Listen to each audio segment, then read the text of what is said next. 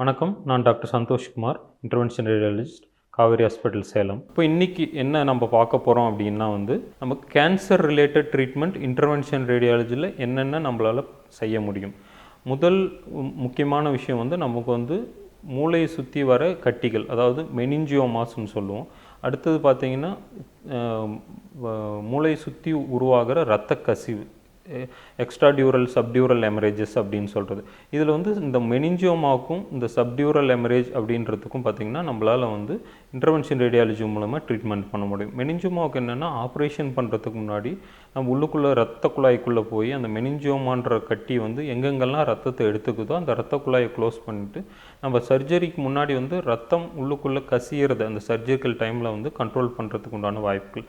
அதே மாதிரி இந்த சப்டியூரல் ஹெமரேஜ்னு சொன்னோம், உள்ளுக்குள்ளே நமக்கு மூளையில் ரத்தம் கசிஞ்சு அது நம்ம ஆப்ரேஷன் பண்ணக்கூடிய நிலைமைக்கு போயிடுச்சு அப்படின்னா அடுத்தது மென்மேலும் கசியாமல் இருக்கிறதுக்கு ரத்த குழாய் வழியாக நம்ம மிடில் மெனிஞ்சல் ஆர்ட்ரி எம்போலைசேஷன் அப்படின்ற ட்ரீட்மெண்ட் இன்டர்வென்ஷன் ரேடியாலஜியில் பண்ணுவோம்.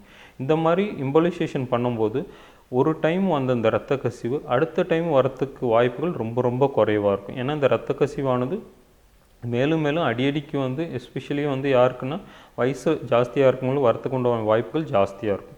ஸோ அடுத்தது நமக்கு நுரையீரலில் கட்டி கேன்சர் மாதிரி இருக்கும் பட்சத்தில் நம்ம ஊசி மூலியமாக அதை கண்டறியிறது பயாப்சி ப்ரொசீஜர்னு சொல்லுவோம். இன்டர்வென்ஷன் ரேடியாலஜி சிடி ஸ்கேன் மூலிமா சின்ன ஊசி செலுத்தி அந்த பகுதியில் போய் எங்கே கேன்சரோட ஆக்டிவிட்டி ஜாஸ்தியாக இருக்குன்றதை நம்ம ஸ்கேனில் தெரிஞ்சிடும். அந்த இடத்துல துல்லியமாக நம்ம ஊசி செலுத்தி அந்த சதையை எடுத்தோம் அப்படின்னா மேலும் ட்ரீட்மெண்ட் நமக்கு பண்ணுறதுக்கு ரொம்ப உதவிகரமாக இருக்கும் இந்த பயாப்சி ப்ரொசீஜர். இந்த பயாப்சி ப்ரொசீஜர் நம்ம கழுத்தில் இருக்கிற கட்டி, நுரையீரலில் இருக்கிற கட்டி, கல்லீரலில் இருக்கிற கட்டி, அதே மாதிரி எலும்பு பகுதி, முதுகெலும்பு, இந்த எல்லா இடத்துலையும் நம்மளால் இந்த பயாப்சி ப்ரொசீஜரை துல்லியமாக இன்டர்வென்ஷன் ரேடியாலஜி மூலிமா பண்ண முடியும்.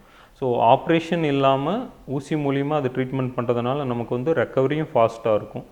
அதே மாதிரி டே கேர் ப்ரொசீஜராக நம்மளுக்கு இது எல்லாத்தையும் பண்ண முடியும்.